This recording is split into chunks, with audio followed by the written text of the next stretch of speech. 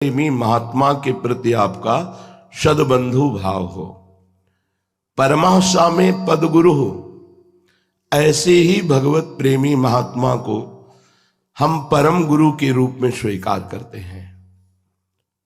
गुरुदेव जो उपदेश देकर छोड़ देते हैं, परम गुरुदेव जो हाथ पकड़कर प्रियालाल से मिला देते हैं, उसमें हमारा साधन पक्ष नहीं होता। सदगुरुदेव सदबंधु नाम, वही हमारे सदबंधु हैं, वही हमारे परम प्रिय हैं। बस इसी भाव से भगवत प्राप्ति हो जाएगी। क्योंकि जब सदबंधु और परम प्रिय भाव रहेगा तो आप उनके विरुद्ध आचरण नहीं कर सकते। अपने प्यारे के विपरीत चलने की हिम्मत ही नहीं होती प्रेम में। सामे परम गुरु सर्वस्व भूता समे, सर्वस्व भाव से मैंने अपने जीवन को उनके हाथ में दे दिया है, जो भगवत प्रेमी महात्मा है। तत्पादे निपतामि दंडवत दहम, उनके चरणों में दंड की भांति मैं लौट चुका हूं, लौट गया हूं।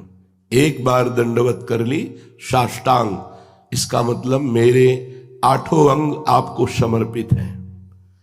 अब शरीर की कोई भी चेष्टा आपके विपरीत नहीं हो सकती, आपकी आज्ञा के अंतर्गत ही होगी।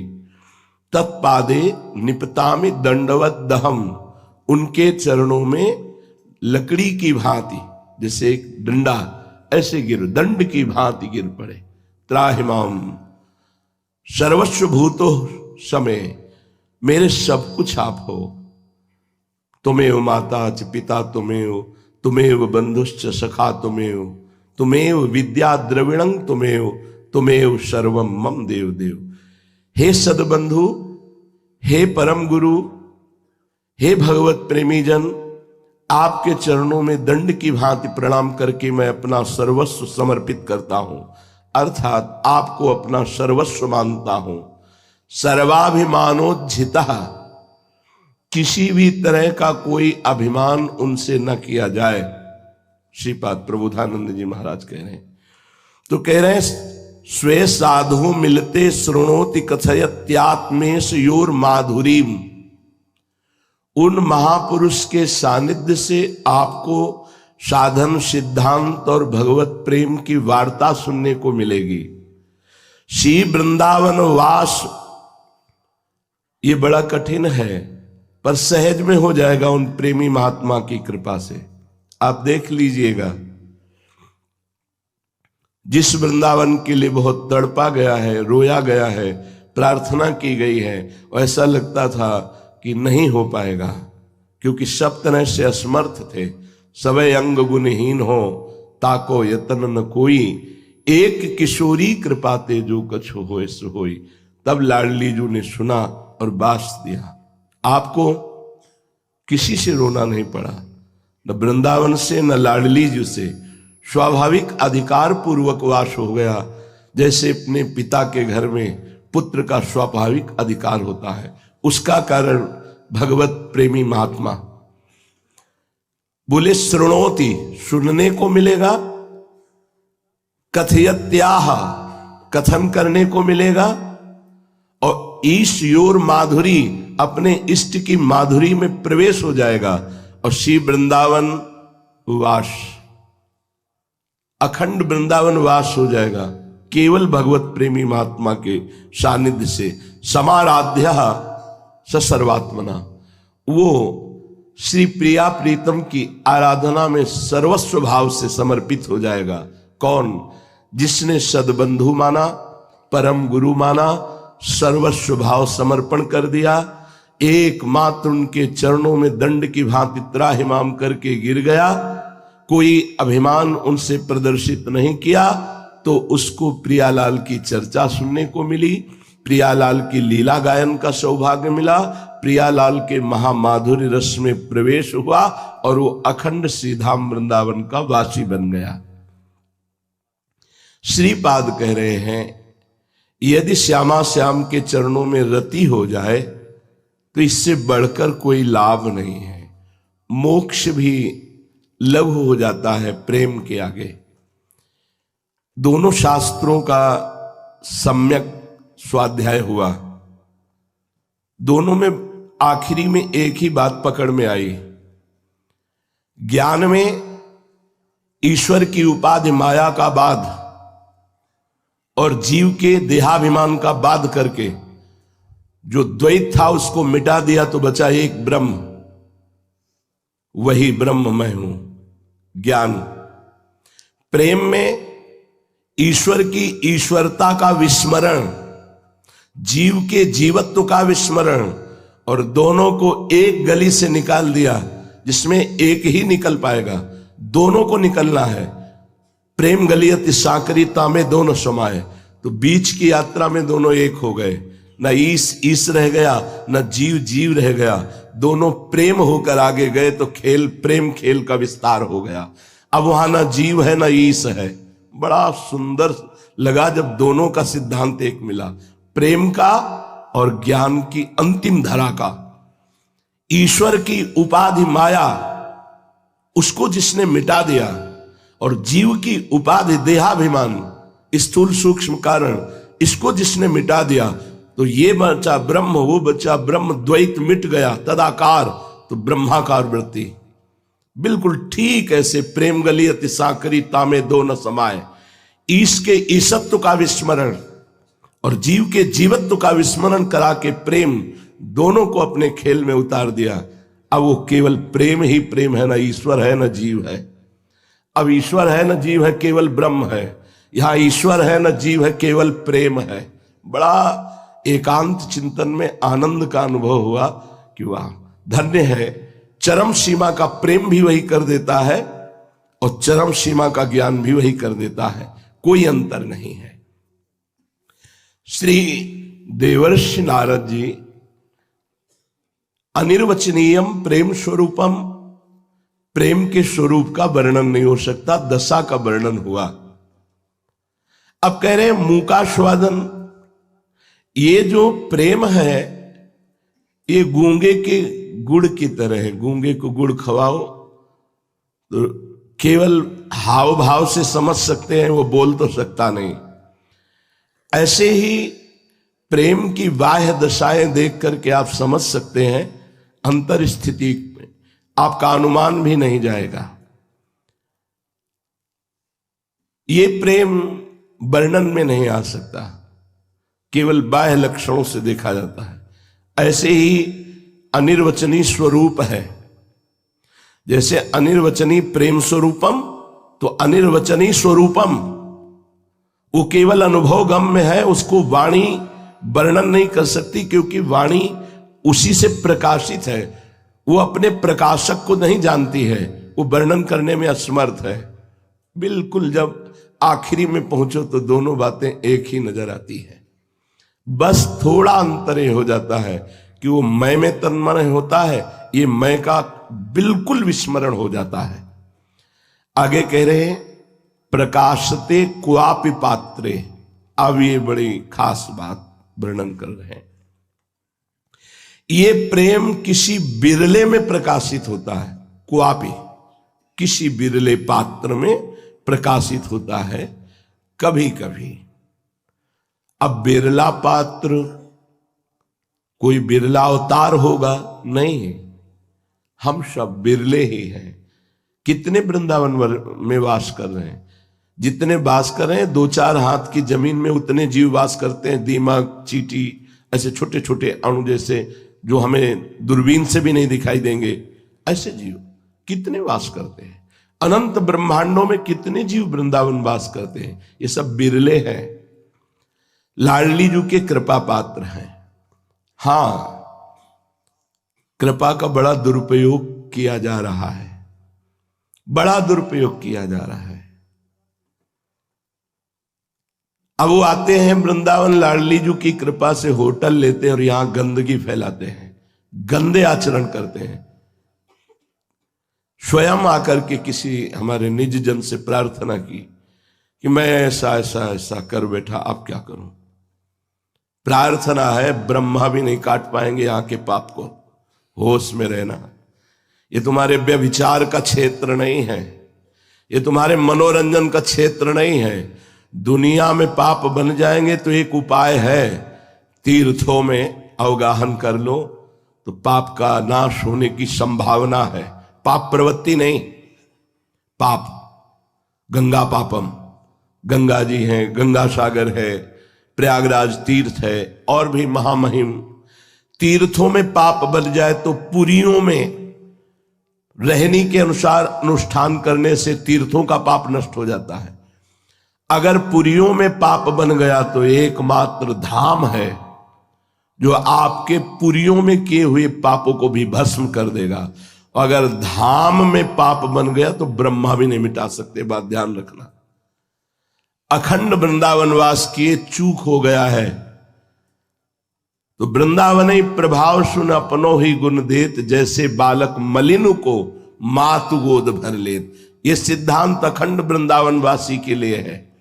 लेकिन आप यहां आए पिकनिक मनाने, आप यहां आए घूमने अपने सखा सखी के साथ, और यहां आकर के गंदे आचरण करते हैं।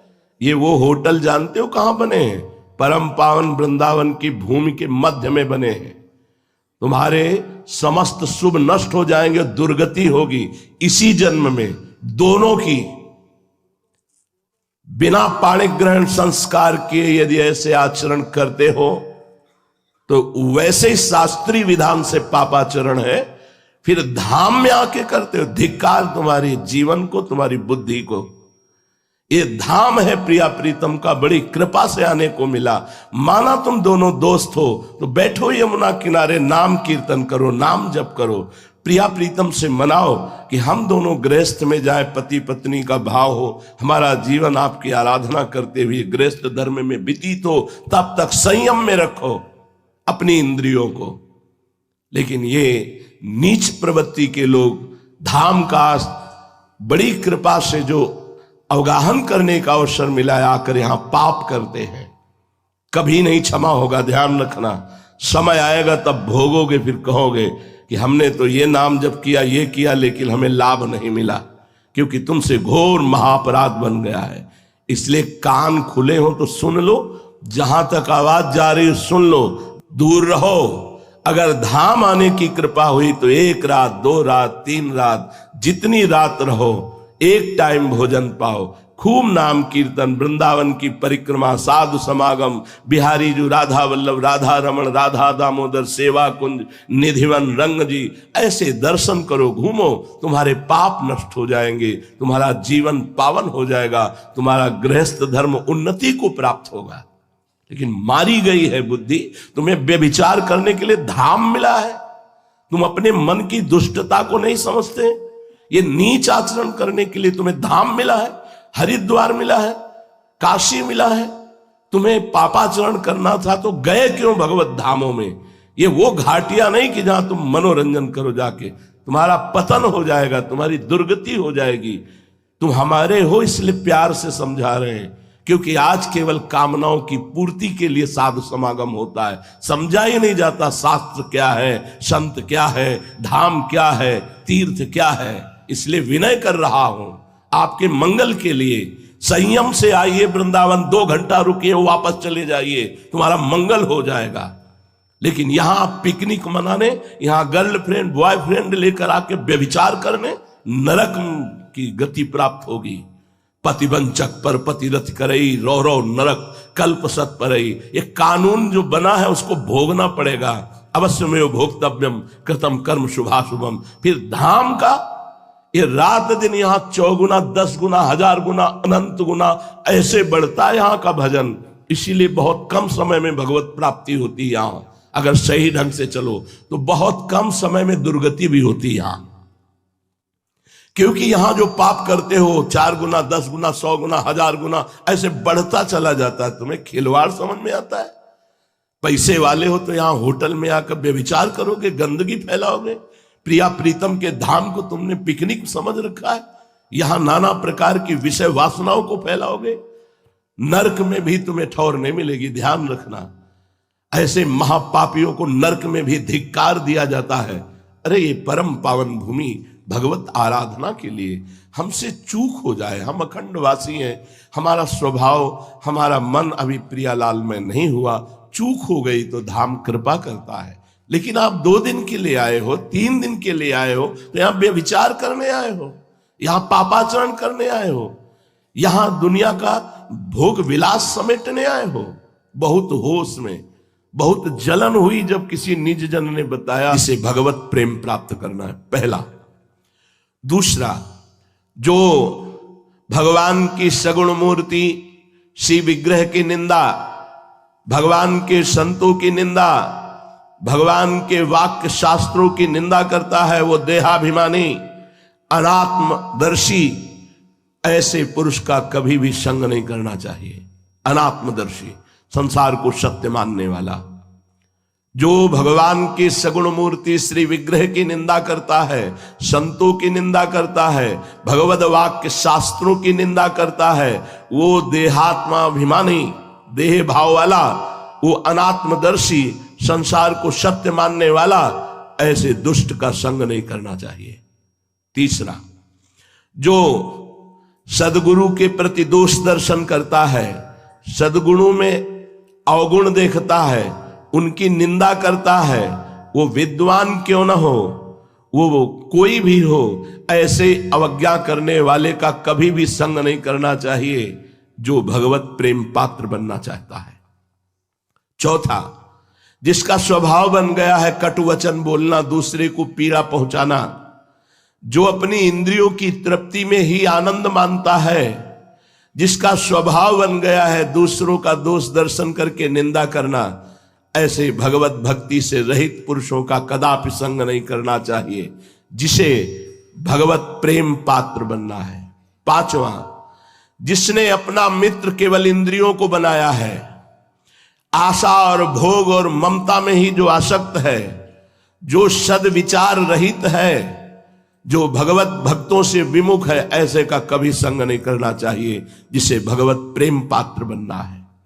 छठवां, जो भगवत वेश धारण करके भगवत वेश के विरुद्ध आचरण करता है, जो आचार्य परंपरा से भगवत वेश धारण नहीं किए मनमानी वेश धारण करता है, जो धर्माचरण का ढोंग दिखाता है, ऐसे पुरुष का भूल करके भी भगवत प्रेम पात्र बनने के लिए संग नहीं करना चाहिए।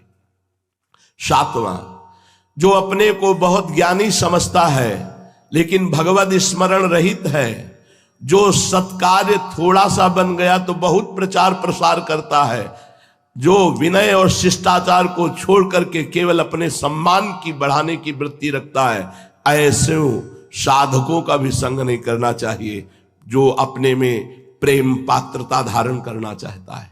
आठवां, जो धूर्त, शास्त्र आज्ञा का पालन नहीं करता, मिथ्यावादी, झूठ पे झूठ बोलने वाला, जो दूसरों की उन्नति देखकर जलता है और निंदा करता है, ईर्ष्या करने वाला, कपटी है, ऐसे लोगों का कभी भी संग नहीं करना चाहिए, जो भगवत प्रेम पात्र बनना चाहते हैं।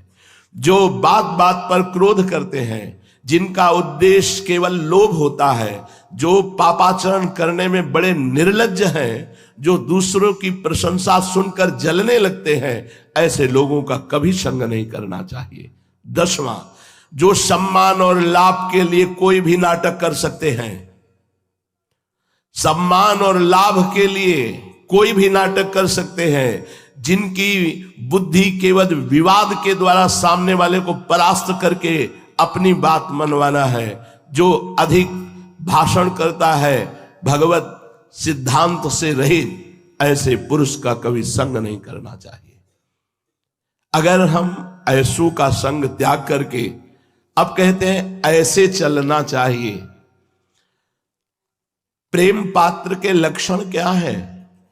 सबसे पहला, कभी उसमें क्रोध रूपी शैतान नहीं आता है, इसे प्रेम प्राप्त करना है।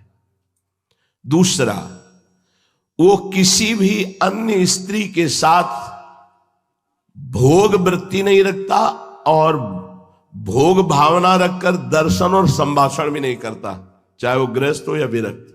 अन्य शब्द, गृहस्थ के लिए अन्य शब्द, विरक्त के लिए शब्द।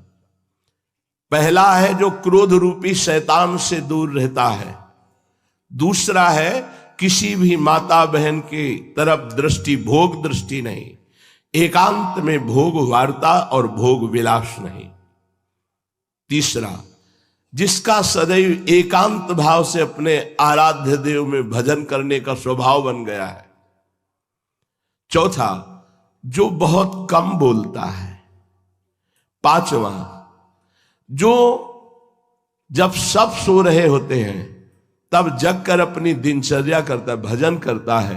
ये 5 बातें जिनमें होती हैं वो प्रेम पात्र बन जाता है। पीछे 10 बातों का त्यागी, ऐसे लोगों के, ऐसे संगों के, ऐसे वार्ता करने वालों के कभी संग में नहीं। और ये पहला, कितना भी तुम्हें कोई गुस्सा दिलाए गुस्सा नहीं होना। दूसरा, किसी भी माता बहन, बहुत ध्यान देने योग्य बात है, जब हमको किसी की गलती बताई जाती है कि अमुक ने ऐसे ऐसे किया, तो आप होश में रहे ना। उसने जो गलती की है ये बात सुनते ही आपके मन ने नोट कर लिया, बहुत ध्यान से सुनना। अब जब आप एकांत होंगे तो वो आपके सामने पूरी फिल्म बना के रख देगा। ऐसी बातें कानों से भी नहीं सुननी चाहिए, आंखों से नहीं देखनी चाहिए और वाणी से नहीं बोलना चाहिए साधक को, क्योंकि जो सुनते हैं, जो देखते हैं, जो बोलते हैं, तुरंत मन कल्पनात्मक फिल्म तैयार कर लेता है और वो आपको दिखाकर भ्रष्ट कर देगा, पक्का, इसमें संशय नहीं। बहुत प्रवीण है फिल्म बनाने में, यही अभिनेता बन जाता है, यही डायरेक्टर बन जाता है, यही सब कुछ बन जाता है। अकेले मन पूरी फिल्म तैयार कर देगा। हमारी बात को गंभीरता में लेना। अगर आप ऐसी गंदी बातें सुनते, अच्छा, तो आप होश में हो जाइए। वहां तो अच्छा कह रहे थे, अब सब बुरा होने वाला है तुम्हारे साथ। जहां एकांत हुए वो फिल्म तैयार करके दे देगा। ये अपने लोग चली हुई बात कह रहे हैं, पूरे जीवन में जो चला है, अनुभव किया है, उसी को सावधानी से आपको बता रहे हैं। हम जो दृश्य देखते हैं, जो बोलते हैं, जो सुनते हैं, उसकी तत्काल फिल्म तैयार करता है मन और एकांत में पेश करता है। अब एकांत में भावावेश आ जाता है। अगर भागवतिक हुआ तो भागवतिक और सांसारिक हुआ तो सांसारिक। हमारी प्रार्थना मान लो, हम ये सब वो बातें कह रहे हैं जो हमने अपने मन में पढ़ी है, मन में पढ़ी है। तभी कई बार विनोद में कह देते हैं कि लोग और पीएचडी करते हैं, हमने मन की पीएचडी की है। बचपन से लेकर मन को पढ़ा है, उसी की पढ़ाई की बात तुम्हें कह रहे हैं। वही डायरेक्टर, वही हीरोइन, वही हीरो, वही विलेन सब बन के पूरी फिल्म तैयार कर देगा और आपको भ्रष्ट कर देगा दिखा के अपनी फिल्म। किसी भी माता बहन की तरफ काम भाव से मत देखो। हम तो कहते हैं किसी भाव से मत देखो। बात करनी है ऐसे बात कर लो जो आवश्यक है, नहीं तो बातें ही मत करो। माता बहन या जहां भी तुम्हारा काम भाव उत्पन्न होता हो, जिस शरीर के आकर्षण से, सावधान। सर्वदा एकांत भाव से अपने प्रीतम के चिंतन में लगना। एकांत भाव का मतलब होता है अन्य फिर कोई भाव नहीं, अंदर ही अंदर अपने प्यारे के चिंतन में लगे हैं। कम बोलना जिनका स्वभाव बन गया है और जो रात्रि में एकांत में अपने चित्त को अपने आराध्य देव में जोड़ते हैं जब सब सो रहे हैं। प्रेमी क्या चाहता है? प्रेमी इस लोक और परलोक का कोई सुख नहीं चाहता, अणिमादिक कोई सिद्धियां नहीं चाहता, केवल वो अपने प्रीतम प्रभु में आसक्त होना चाहता है, प्रेम प्राप्त करना चाहता है। तो प्रेम का लक्षण क्या है जिसे वो प्राप्त करना चाहता है? सर्वथा ध्वंस रहिता सत्यपि ध्वंस कारणे यद भाव बंधनम यूनो तत्प्रेम परिकीर्तितः। पूरी विपत्ति नाश की वृत्तियां आ गई, घेर लिया आपको, शरीर अस्वस्थ, कुछ व्यवस्था नहीं, भारी निंदा, भारी अपमान। पर उस स्थिति में, घोर बंधन, घोर नाश, घोर विपत्ति की स्थिति में भी आपका मन केवल अपने प्यारे में गया, इसे प्रेम कहते हैं। घोर विपत्ति में। जैसे श्री राम जी को फांसी की सजा दी गई, पूछा गया तुम्हारी अंतिम इच्छा क्या है, तो उनका बस एक बार विट्ठल भगवान का साक्षात्कार करा दीजिए, एक बार मंदिर के सामने से निकाल दीजिए, मैं उनको देख लूं, बस इतना। घोर विपत्ति, बंधन, नाश की उपस्थिति में आपके चित्त की स्थिति अपने आराध्य देव में, इसे प्रेम कहते हैं। अनुकूलता में तो सब कहते हैं बड़ी कृपा है। कृपा है जब भारी प्रतिकूलता, भारी दुख, विपत्ति, क्लेश, फिर भी कोई फर्क नहीं, वो प्रेम मार्ग का पथिक होता है। हर सूल उसके चरणों में पड़ते ही फूल हो जाते हैं, जो इस मार्ग का पथिक होता है। सिंहवत होता है वो, भगवत भाव में दैन्य, और हर कष्ट सहने के लिए पहाड़ होता है वो, टूट नहीं सकता। प्रेम मार्ग का पथिक टूट नहीं सकता, चाहे काट दिया जाए, पक्का। हर परिस्थिति के लड़ने के लिए वो तैयार रहता है, हर दुख, हर विपत्ति, हर बात। क्या माधुर्य में शरीर श्रृंगार की प्रधानता होती है क्या? माधुर्य में, अरे भगवान का ऐश्वर्य भी बाधक है, फिर शरीर श्रृंगार की तो बात क्या। लेकिन आजकल तो बहुत लोग लौकिक श्रृंगार करते हैं और कहते हैं हम श्री कृष्ण के माधुर्य उपासक हैं, कांता भाव, गोपी भाव। परंतु ये देहाभिमानी ये नहीं समझते कि माधुर्य भाव तीनों शरीरों के त्याग का होता है। ये गाल में लाली लगा के, भाव बनवा के, पलकों में रंग भर के, यहां तक चूड़ियां पहनकर श्री कृष्ण को नहीं रिझाया जाता। श्री कृष्ण को रिझाने वाले फकीरों के चरित्र पढ़ो।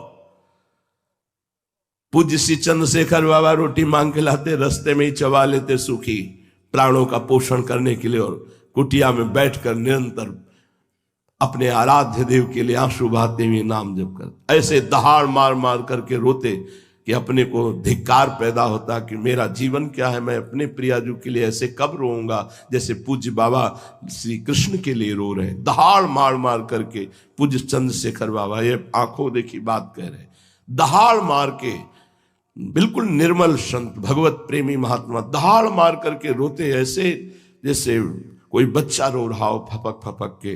तो सबको रोना आता हो, हमें रोने की जगह धिक्कार आता कि प्रियाजू के लिए ऐसा कब रोना आएगा जैसे पूज्य बाबा अपने लालजू के लिए रो रहे हैं। ये माधुर्य बातों का नहीं है, बहुत आगे का विषय है। जो शरीर राग त्यागी होता है वो माधुर्य की तरफ बढ़ता है। शरीर सजाने वाले तो देह भाव को प्राप्त हैं। और आगे का शब्द लिख लीजिए, श्रृंगार नहीं, माधुर्य नहीं, काम। ये महापुरुषों ने मना किया है। सखी कहत आपगात सकल द्योत, द्वंद जात रात सर्वस्व वही। ये ऐसा नहीं, सखी ये शरीर नहीं, ये बनिता पुरुष भाव मिट जाए, इसके श्रृंगार की भावना नहीं करनी चाहिए। बिल्कुल दूर रहना चाहिए ऐसे लोगों से, बिल्कुल नहीं। ये परमहंसों का मार्ग है, ऊपर से सच्चिदानंद के सिद्धांत के अनुसार चल रहा है, अंदर से भावदेव की प्राप्ति है। उसमें ये चूड़ियां और ये पाउडर और ये लाली वाली काम नहीं करती, इससे श्री कृष्ण नहीं मोहित होने वाले। रज लगाओ और जो फटे पुराने जैसे कपड़े मिले शरीर ढको, शरीर का राग छोड़ दो। सात्विक आहार करते हुए, निरंतर नाम जप करते हुए, देव भाव विस्मृत, वो माधुर्य रस में पहुंचता है। नौटंकी नाटक से माधुर्य रस नहीं मिलता। बुरा लगेगा लेकिन तस्मात् शास्त्रम प्रमाणम ते। बहुत सेवक जी ने बहुत उपहास किया है इस बात का। और एक ग्रंथ है, सेवा शब्द से है, सेवा विचारम। सेवा विचारम ग्रंथ में मना किया गया है कि बाहरी कहीं ऐसा नाटक न किया जाए, भाव का बाहरी नाटक न किया जाए कि ये सब नहीं। कोई भी परमहंस महात्मा ऐसा नहीं कि वृंदावन के रसिकों के चरित्र पढ़ के देखो, कोई भी धर्म विरुद्ध नहीं, वैसे ही चलो जैसे गुरुजन चले हैं। वास्तव में माधुर्य का चमत्कार तो तब देखने में आता है जब ईश के ईश्वरत्व का और जीव के जीवत्व का दोनों को मिटा करके भावना में दौड़ा दे। जब स्त्रीत्व और पुरुषत्व का भाव मिट जाए, जीवत्व और ईशत्व का भाव मिट जाए, तब वो प्रीतम को प्राप्त होता है। ये जड़ बुद्धि शरीर सजाने से सच्चिदानंद भाव प्रकट नहीं होता है। केवल केवल प्रीतम में आसक्ति। अब जो प्रथम भाव तन बदल करे अप बपुजु अलंकृत, इसका राग छोड़ के आचार्यों की वाणी नहीं समझी जाती। प्रथम भाव तनु बदल करे अप बपुजु अलंकृत, व्यासवन प्रसाद देह मानसी गढ़े चित। सेवा करने के पहले 5 मिनट बैठिए, भूलिए स्थूल शरीर को, सूक्ष्म शरीर को, कारण शरीर को, और देखिए किशोरी मात्मानम किमि सुकुमारी मुकले। बिल्कुल स्वामिनी जी का प्रतिबिंब रूप अपना सहचरी स्वरूप है। उसी स्वरूप से हम श्री जी की सेवा में पहुंच रहे हैं। भावना कीजिए, इस शरीर को छोड़िए। इस शरीर के श्रृंगार से न श्री कृष्ण प्रसन्न होते, न प्रियाजू प्रसन्न होती। ये नहीं कि तुम घूंघट काट लोगे तो श्री कृष्ण प्रसन्न हो जाएंगे। नहीं भाई, समझो, ये परमहंस जन क्या नहीं, बहुत बड़े बड़े महापुरुष हैं अपने वृंदावन में, उनके चरित्र हैं भाई। देखो भला उनके चरित्र को। क्या ऐसे प्रेमी भक्तों में शुद्ध ज्ञान नहीं होता क्या? जो वेदांत में ज्ञान वर्णन किया गया है, क्या शुद्ध प्रेमी जनों में ज्ञान नहीं होता क्या? अरे ये स्थिति तो ज्ञान से भी आगे की है। ये ब्रह्मबोध संपन्न महापुरुष के उत्तर है पूज्यपाद शिवड़िया बाबा। अरे ये स्थिति तो ज्ञान से भी आगे की है। तत्व ज्ञान तो उसको बीच में ही हो जाता है, जैसे अपने नष्ट हो जाएंगे, प्रेम प्रकाशित हो जाएगा। हाँ हाँ हाँ, नाम से ही सब होता है। यही तो प्रभु के नाम की महिमा है। परंतु नाम में ऐसी आसक्ति हो जानी चाहिए कि हर समय नाम चले। ये आसक्ति नाम जापक संतों के संग से होती है। भजन न होई संग बिनु, बिल्कुल अक्षरशः ध्रुवदास जी कह रहे हैं, भजन न होई संग बिन, और भजन बिना नहीं प्रेम, और छिन्ह्यू भजन न छाड़िए, धरिए या ध्रुव नेम। सेवक वाणी, प्रेम मूल यह नाम है, प्रेमी रसिक जपत यह नाम, प्रेम मगन निज बन विश्राम, श्री हरिवंश जहां रहा है। प्रेम का मूल नाम है। जब हम इतना महत्व कर लेते हैं कि नाम से बढ़कर कोई साधन नहीं है। एक कितनी बार सुना गया, पर कहीं बैठ पा रहा है ये? बस हमारा एक ही काम है, नाम उच्चारण करना, नाम नाम नाम। संसार की आसक्ति को भस्म करके, समस्त पाप और पाप प्रवृत्ति को भस्म करके प्रभु में प्रेम करा देता है नाम। जब तक संसार की आसक्ति है तब तक निरंतर नाम नहीं चल सकता, भगवत प्रेम नहीं हो सकता। तो ये नाम ही जब निरंतर चलने लगता है तो संसार की आसक्ति भस्म कर देता है सदा सर्वदा। फिर कुछ समय बाद अपने आप नाम चलने लगता है। बाबा, सुना है कि गोपी जनों के हृदय में इतना प्रेम था, पर वो पधारी नहीं प्रभु के वियोग में। अरे कोई साधारण प्रेम करता है, जब उसका प्रीतम उससे अलग हो जाता है तो प्राण विकल हो जाते हैं, प्राण त्याग दे। फिर गोपी जन तो सबसे बड़ी प्रेमी है, फिर इनके प्राण क्यों नहीं निकल गए प्रभु से विलग होने पर?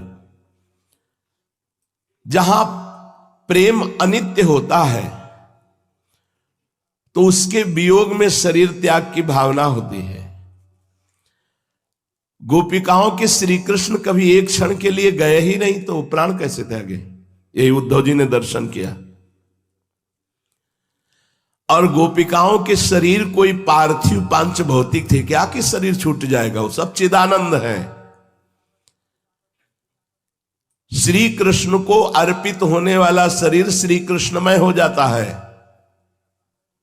ये बहुत गूढ़ बात है। भाई जी ने भी यही उत्तर दिया था, जब आप श्री कृष्ण हो जाओगे तब श्री कृष्ण का साक्षात्कार होगा। उस समय समझ में नहीं आया था, बाद में उनकी कृपा से समझ में आया। गोपिकाओं का शरीर वस्तुतः श्री कृष्ण ही थे और कुछ नहीं था। ये बड़ी सूक्ष्म बात है। कैसे नष्ट हो जाए जब श्री कृष्ण ही उनके शरीर, उनके प्राण, उनके मन, जीवन बन गए। नाहि न रहे ही माँ ठौर, नंद नंदन अछत निरंतर विराजमान है।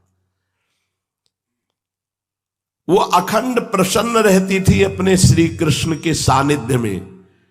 कभी कभी प्रेम दशा में वो विरह प्रकट करते हुए वो रुदन करती थी। वस्तुतः गोपियों के श्री कृष्ण कभी एक कदम भी उनको छोड़कर गए ही नहीं। पूज्य बाबा, बाबा प्रेमी क्या ध्यान करता है या करना चाहिए? अरे प्रेमी ध्यान के बिना रहता ही नहीं है। वो तो उठते बैठते चलते फिरते खाते पीते हर समय गाढ़ अनुराग में युक्त होकर अपने प्रीतम के ध्यान में रहता है। वही पी मूर्ति नयनन बसे तेहि रस रहाय समाये। उसका शरीर तो यंत्रवत हो जाता है। प्रेमी को कभी विषय दिखाई ही नहीं देता, केवल अपना इष्ट दिखाई देता है।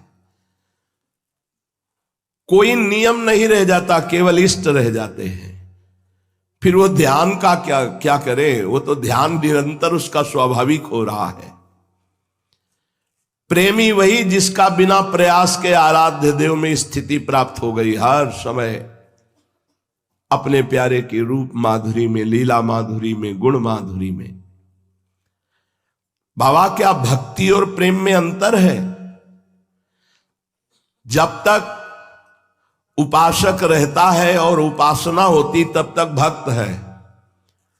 जब अपनी याद भूलकर केवल अपना आराध्य देव रहता है तब उसे प्रेम कहते हैं। ये होती तदाकार वृत्ति। जब तक तदाकार वृत्ति नहीं होती, मैं और प्रभु है, मैं प्रभु का दास हूं, प्रभु मेरे स्वामी, मैं उनकी आराधना करता हूं, तब तक भक्त है। और जब तदाकार वृत्ति हो गई, स्वयं को भूल गया, केवल आराध्य देव, तब उसे प्रेम कहते हैं। देख लो, उपासक को बड़ा आनंद का अनुभव होता है और कभी आनंद का अनुभव नहीं होता है। इसका क्या कारण होता है? कभी आनंद का अनुभव होता है, कभी आनंद का अनुभव नहीं होता। इसका कारण है निरंतर चिंतन ना हो पाना। जब तक तुम्हारा और कोई चिंतन होगा तब तक आनंद बाधित होता रहेगा। इसलिए इष्टाकार वृत्ति, इष्ट आसक्त संतों का संग, इष्ट की महिमा का गुणानुवाद, इष्ट की महिमा का श्रवण, साधु दर्शन, साधु सेवा, गुरु सेवा, ये आराध्य देव में आसक्ति पैदा कर देगी। इष्टाकार वृत्ति, इष्ट से रंगे हुए प्रेम वाले संतों का संग, गुणानुवाद करना, गुणानुवाद श्रवण करना, साधु दर्शन, साधु सेवा, गुरु सेवा, इसी से इष्ट में आसक्ति हो जाती है, तन्मयता हो जाती है। कोई भी विषय दुख कितना भी भयानक आवे, पर तुम्हें इष्ट में सुख की अनुभूति हो और भगवत विस्मरण ना हो तो समझो कि अब हमारी उपासना परिपक्व हो रही है। पक्का कोई भी दुख ऐसा नहीं है जो भगवत विस्मरण करा सके। एक भी वृत्ति तुम्हारी दुखद परिस्थिति में किसी और की ओर नहीं जानी चाहिए। देखो, यदि सुख में सुमिरन नहीं किया है तो दुख में सुमिरन नहीं कर पाओगे, क्योंकि पीड़ा जहां होती, परेशानी जहां होती, मन वहां आकर्षित होता है। और जब आपने अभ्यास कर लिया है तो इससे कोई फर्क नहीं पड़ता। सड़ जाए शरीर तो फर्क नहीं पड़ता, इसका प्रारब्ध है। ये बहुत आनंद का विषय मान लीजिए। बिना अध्यात्म के चाहे तुम जितने रुपया पैसा भोग सामग्री एकत्रित कर लो, आनंद नहीं है, शांति नहीं, मान लीजिए। प्रेमी कि सामने कभी माया टिकती ही नहीं है, उसको विचार करने की जरूरत ही नहीं है। प्रेमी को प्रारब्ध परास्त नहीं कर सकता है। प्रेमी के सामने जाने से मुक्ति भयभीत हो जाती है, क्योंकि रूप गोस्वामी ने कहा पिशाचिनी, महाप्रभु कहते विभेमी कैवल्यता, तो मुक्ति भी डरती है प्रेमी से। नहीं नहीं, ये हमारा आदर नहीं करेंगे। उपास्य देव को निरंतर सामने देखते रहना ये प्रेमी का स्वभाव होता है। प्रेम में कभी पूर्णिमा नहीं होती, इसलिए सदैव नवीन नवीन अपने उपास्य देव लगते हैं। प्रेम जितना बढ़ेगा उपासक में उतनी कमी दिखाई देगी अपने अंदर प्रेम की। ये प्रेम का लक्षण है। भजनानंदी को कभी ऐसा अनुभव नहीं होता कि बहुत भजन कर लिया। जितना भजन होता है उसके बाद भूख जो बढ़ती भजन की, वो चैन नहीं लेने देती। रात दिन प्रभु में लगने पर भी ऐसा लगता है जीवन का क्या। देखो ना अमुक महापुरुष कैसे भजन करते थे, अमुक कितना रोते थे, अमुक कैसे लीला में प्रेम। हमारा जीवन क्या है, वो ऐसे देखता है। प्रेम भजन जितना बढ़ेगा उतनी ही कमी अपने में दिखाई देगी। यदि ऐसा लगने लगे कि मैं प्रेमी हो गया हूं, तो समझना चाहिए कि अभिमान जागृत हो गया, प्रेम नहीं। प्रभु से प्रेम होने पर घर में वो रहता हुआ विरक्त रहता है। प्रभु से प्रेम नहीं तो विरक्त होकर के भी वो घर वाले जैसा ही रहता है।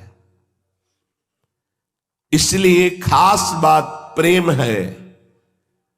प्रेमी सदैव एकांत में रहता है, चाहे सभा में ही क्यों ना बैठा हो, एकांत अपने प्रभु में।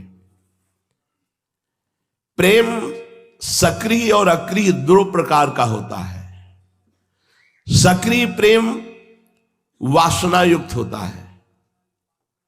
जैसे कोई आरती कर रहा है, पूजा कर रहा है, ठाकुर जी का श्रृंगार कर रहा है, सब कर रहा है, ये आपको दिखाई दे रहा है कि वो भगवत प्रेमी है, तभी तो सेवा कर रहा है। पर वो अपनी वासना लिए कर रहा है कि मुझे ये मिल जाए, मान मिल जाए, प्रतिष्ठा मिल जाए, सिद्धि मिल जाए, रुपया मिल जाए, ये मिल जाए। ये प्रेम ज्यादा प्रशंसनीय नहीं। ठीक है, प्रभु से चाहता है, ठीक है, लेकिन वास्तविक प्रेम होता है निष्क्रिय। वो कुछ नहीं करता। आराध्य देव कराते हैं उससे, वो अनुभव करता मैं कुछ नहीं कर रहा। ये साक्षात आराध्य देव के स्वरूप हो जाता है वो उपासक जो निष्क्रिय होता है, कुछ नहीं करता। आपसे पूछा जाए कि आप क्या करते हैं, आपकी साधना क्या है, तो जो श्री जी करा रही हैं वो हो रहा है। नहीं आप इतने, तो वो उठा रहे हैं, इतने बजे उठ रहे हैं, वो ऐसे चला रहे हैं, वो चल रहे हैं। हम तो कुछ नहीं कर रहे, हम में करने की सामर्थ्य नहीं, निष्क्रिय। अपने आराध्य देव से प्रेम किया है, कुछ चाहने के लिए नहीं, कुछ पाने के लिए नहीं, कुछ मिटाने के लिए नहीं। जेहि जोनि जन्मो कर्म बस, कुछ मिटा नहीं रहे, बस राम पद अनुराग हो, ये अनुराग है। आपको लगता है ना कि हमारे कर्म बिगड़ गए हैं, तो यत्र यत्र मम जन्म कर्म भी नारके परमे पदे थवा, चाहे नरक भेज देना, चाहे परम पद। हम आपसे मिटाना नहीं चाहते, आपको चाहते हैं, आपसे प्यार करते हैं। आपकी भगवत्ता से प्यार नहीं करते, आपसे प्यार करते हैं। तो क्या चाहते हो, जहां भी जन्मो बस आपके प्यार में रोता रहूं, आपकी ये महामाधुर्यमयी जोड़ी सदैव हमारे नेत्रों के सामने रहे, बस। ये प्रेम, ये प्रेम बिरले के हृदय, तभी देवर्षि नारद जी भी कह रहे हैं किसी बिरले के हृदय में प्रेम प्रकाशित होता है। वास्तविक तुम्हें हम बताए दे रहे हैं, यदि तुम्हें परम सुखी होना है तो बनना बिगड़ना, लाभ हानि, मान अपमान दोनों से अपने पिंड को छुड़ा लो और प्रभु से प्रेम कर लो। क्या बन गया, क्या बिगड़ गया, इससे शिकायत मत करो प्रभु से। क्या लाभ हुआ, क्या हानि हुई, इसमें हर्षित शोकित मत हो। क्या अपमान हो रहा है, क्या मान हो रहा है, इधर देखो मत, आगे बढ़ो, तब प्रेम प्राप्त होगा। देखो लाभ हानि और बनना बिगड़ना, इन दो से जो बच जाता है तो तीसरे में फंस जाता है, बहुत बुरा है ये मान भाई, बहुत बुरा है। ये बात समझना होगा, मान और अपमान ये दोनों भगवत मार्ग में बहुत बाधा पहुंचाने वाले हैं। अपमान यूं बाधा पहुंचाता है कि लगने लगता है कि प्रभु मैं आपका नाम जप करता हूं, फिर भी लोग अपमान करते हैं। और जब सम्मान मिलने लगता है तो प्रभु को भूल जाते, लगता है हमें तो कुछ है ना, बस गया परमार्थ से। और ये कलयुग भगवान बीन बीन करके, छांट छांट करके पिटाई कर रहे हैं, छांट छांट के। जहां चलना शुरू किया तो फेंक दिया धनी मानी पुरुषों का पासा और मान। बस एक ही पासे में पूरा हार गए। 12 वर्ष का वनवास, 1 वर्ष का अज्ञातवास, आखिरी पासा। कंचन कामिनी कीर्ति, आखिरी पासे में बड़े बड़े गिर जाते हैं। ये मार्ग उन लोगों का है प्रेम मार्ग, जिनके हृदय में सुरपति नरपति लोकपति, जिनके भावे घास रहे परम आनंद में तज सबही की आस। एक सभा में गए हुए थे, आंखों देखी बात कर रहे हैं, उनको गायत्री जी की सिद्धि मिली थी। वो ऐसे ही मंच पे सब हजारों आदमी लगे हुए हैं, सब ऐसे किया, चांदी के सिक्के इतने लग गए, ऐसे करके देखा। गांव में एक टोकरी लेकर के वो जादूगर आते थे, लकड़ी की भी इतनी, ऐसे लकड़ी रखते थे और ऐसे मिट्टी हाथ में लेते थे और ऐसे कुछ बोलते थे और सिक्का प्रकट कर देते थे। गांव में हमने देखा। फिर सिक्कों का ढेर लगा देते थे। तो उस जादूगर में और गायत्री सिद्धि में अंतर क्या हुई? बाजार लगा दी थी, नारियल, ट्रांजिस्टर, नई साड़ी, मिठाई के डिब्बे। बस ये कहते थे कि बाबूजी छूना मत, हमसे पैसा लेके खा लेना, लेकिन यहां की कोई वस्तु मत खाना, नहीं फिर हम जिम्मेवार नहीं। क्योंकि वो वस्तु सब माया के द्वारा रची जा रही थी, जादू के द्वारा। ऐसे ऐसे जादूगर हैं कि तुम्हारे होश उड़ा देंगे। तो क्या हम दैवी शक्ति की आराधना करके ये प्राप्त करते हैं? इतना चमत्कार? चमत्कार तो ये है कि जितने पास बैठे सबकी बुद्धि बदल जाए और सब राधा राधा बोलने लगे, सब कृष्ण कृष्ण बोलने लगे, गंदे आचरण छोड़ने लगे। तो प्रियालाल ने हम पर बड़ी कृपा की, वाणी का चमत्कार हुआ। ये बात समझनी चाहिए। ये असत संसार का कोई एक असत दृश्य दिखा देने से का, चांदी के पहाड़ हैं, जैसे पीली मिट्टी निकलती है, सफेद मिट्टी, गेरू आदि, ऐसे यहां धातुओं के पहाड़ हैं पूरे भूमंडल में। अरे एक ही पर्वत है 4 लाख योजन स्वर्ण का। भैया किलो 2 किलो अगर आकर के निकाल दिया सोना तो कौन सी बड़ी बात, माया का ही तो है खेल। बहुत समझना है, हमको भगवत प्राप्ति करनी है। नारायण 2 बात सो और अधिक नहीं बात, रसिकन को सत्संग नित, युगल ध्यान दिन रात। रात दिन युगल सरकार का ध्यान हो और भगवत प्रेमी महात्माओं का संग हो। इससे बड़ी भगवान की हमारे ऊपर और कौन कृपा होगी? हमारे प्रभु जो वृंदावन बिहारिणी बिहारी जो है, ये केवल प्रेम देखते हैं। बस ये प्रेमी सरकार है, ये प्रेम देखते हैं। ये नहीं देखते कि तुम कितने बड़े तपस्वी हो, ज्ञानी हो, क्या हो, ये नहीं देखते। इसीलिए बड़ा गूढ़ विषय इस दोहे में लिखा है। यद्यपि भक्त अनन्य जो विषय इंद्रियन बस होए, कर्मठ कोटि जितेंद्रियन ते समलह न कोई। ये बड़ा विचारणीय विषय है।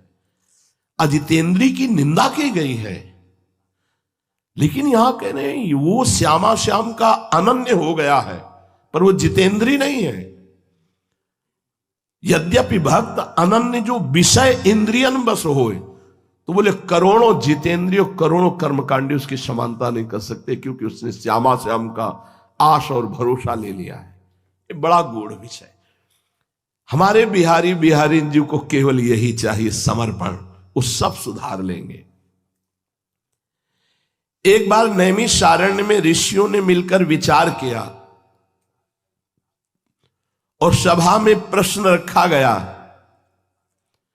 कि प्रेम प्रदान करने वाला श्री हरिनाम श्रेष्ठ है या दान श्रेष्ठ है, तत्वबोध कराने वाला ज्ञान श्रेष्ठ है या भगवत अधीन करने वाला प्रेम श्रेष्ठ है। तो ज्ञानमेव तुलिंतंच तुलायाम प्रेम नैव तुलिंतंच तुलायाम दानमेव तुलिंतंच तुलायाम कृष्ण नाम तुलितम न तुलायाम। पुजुड़िया बाबा 88,000 ऋषि, शौनक जी और भी बहुत से सब ऋषियों के बीच में प्रश्न रखा गया कि तत्वबोध से प्रेम से तारतम्य मिलाने पर प्रेम बड़ा है या तत्वबोध, और हरिनाम बड़ा है या दान बड़ा है। तो बोले वहां विवेक रूपी तराजू पे तौला गया तो ज्ञान और दान का तो तौल में आ गया, लेकिन प्रेम और कृष्ण नाम ये तौल में नहीं आया। प्रेम की महिमा और कृष्ण नाम की महिमा ये किसी की पकड़ में नहीं आई कि इतना है, क्योंकि प्रतिक्षण वर्धमानम प्रेम और महामहिम प्रभु का नाम जो प्रतिपल प्रेम को बढ़ाता रहता है। समस्त ऋषियों ने निरपेक्ष होकर के निर्णय किया कि ज्ञान से बढ़कर प्रेम और दान से बढ़कर कृष्ण नाम, भगवान नाम। इसलिए परम प्रवीण उपासक वही है जो नाम जप करके भगवत प्रेम प्राप्त कर लेते हैं। ज्ञान प्राप्त हुआ यदि आत्म प्रेमी नहीं है तो खास बात नहीं है। ये पूज्य पादुड़िया बाबा के ही श्री मुख्य वचन थे। जो आत्मरति को, आत्म प्रेम को, गाढ़ अवस्था को प्राप्त हो गया है तो प्रेम, ज्ञान से भी बढ़कर प्रेम, और प्रेम प्रकट करने वाला नाम। दान से प्रेम प्रकट नहीं होता, नाम से। इसलिए नाम से बढ़कर के कोई भी दान नहीं हो सकता।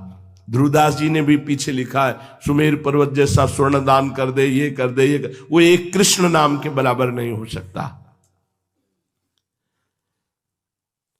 जिन भक्तों ने प्रभु के चरणों का आश्रय ले लिया